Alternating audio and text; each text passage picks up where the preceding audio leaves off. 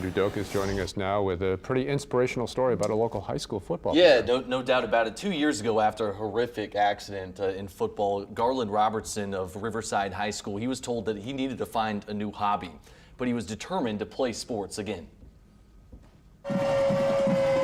Garland Robertson remembers the day like it was yesterday.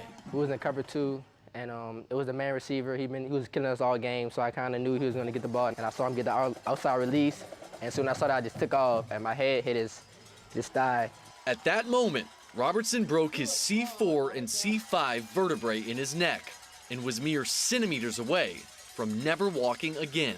And the first question I asked, I was like, I looked at my feet. I was like, how I'm able to move my toes and my leg. And he was like, he couldn't give me an answer. He was like, and I was just, my mom looked at me and she was like, that's something you can't ask him. My mom said, you blessed. Robertson was one of the lucky ones. The following Monday, he underwent surgery, during which a plate and 2 screws were placed in his neck through an incision in his throat. After breaking his neck, doctors told Robertson there was likely a 100% chance that he would never play sports again. 3 months later, he was back on the basketball court. The next fall, he was back right here on the football field, exactly where the injury happened. Players describe Robertson as fearless, and maybe that's best exemplified by what he told me. If you're scared, then you might as well hang him up. Have to always have that mindset that I'm gonna get back. No matter what doctor said, I had to, pray and make sure, and just have that mindset that I'm gonna play again. But before he could hit the court, he needed the approval of his parents, who had seen their son so close to tragedy. At first, they was like, it's out of the question. You're not playing football again. But me sitting down with them and telling them, like, this is something I love to do.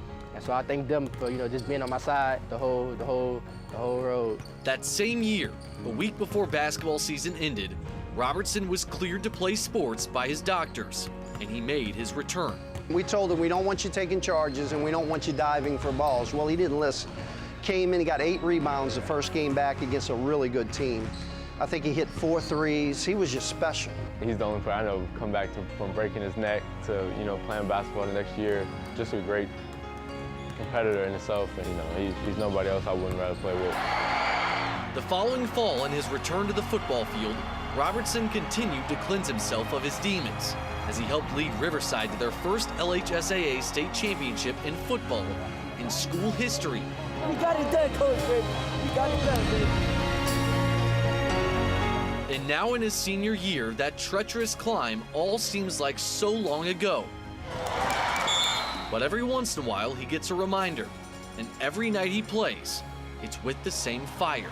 Yeah, I just try to, I act like it never happened. I just, play every play. I really play every play like it's my last. And he has a shot at another state title. They play 4-seed Episcopal tomorrow in Lake Charles at 11:30. So they can make another run, and what a way it would be to end out his career. To be young, though. Attitude, too, though, right? Like I'm kind of with the parents, like, I don't know if you should play it, but you know what? He shows that he is fearless. I think sometimes being young, you kind of just have that fearlessness where you just don't know. But definitely has it's been a great story. He is inspirational for sure. All right, thank you, Andrew.